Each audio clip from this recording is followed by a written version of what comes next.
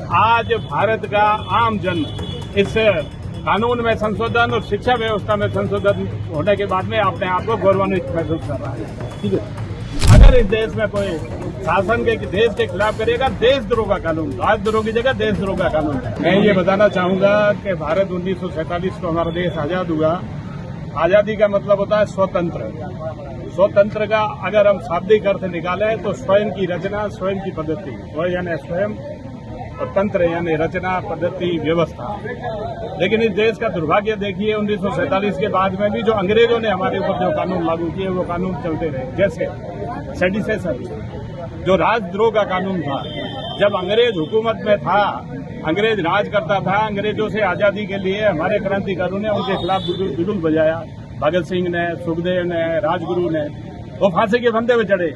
तो उनके खिलाफ क्या कार्रवाई? राजद्रोह की कार्रवाई। यानी राज अंग्रेजों का था, हमारे को उनसे आजादी चाहिए थी, इसलिए हमने उनका विरोध किया। तो राजद्रोह का कानून वो अभी तक चल रहा।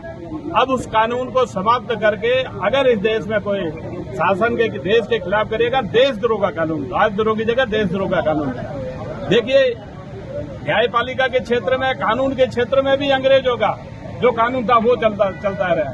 इसी प्रकार शिक्षा के क्षेत्र में लॉर्ड मैकाले ने जो शिक्षा व्यवस्था दी, वही शिक्षा व्यवस्था चलती रही।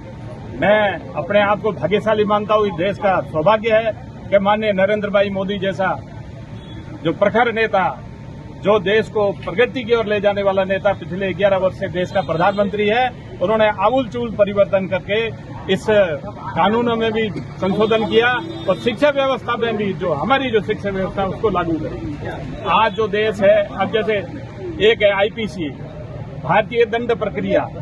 अब दंड देना कोई न्याय नहीं है, लेकिन उसका नाम बदल के भारतीय न्याय प्रक्रिया, ये अपने आप में नाम परिवर्तन किया। उससे ही आपको लग जाएगा कि ये जो व्यवस्था किस प्रकार की हो रही है। आज भारत का आम जन इस कानून में संशोधन और शिक्षा व्यवस्था में संशोधन होने के बाद में अपने आप को गौरवान्वित महसूस कर रहा है।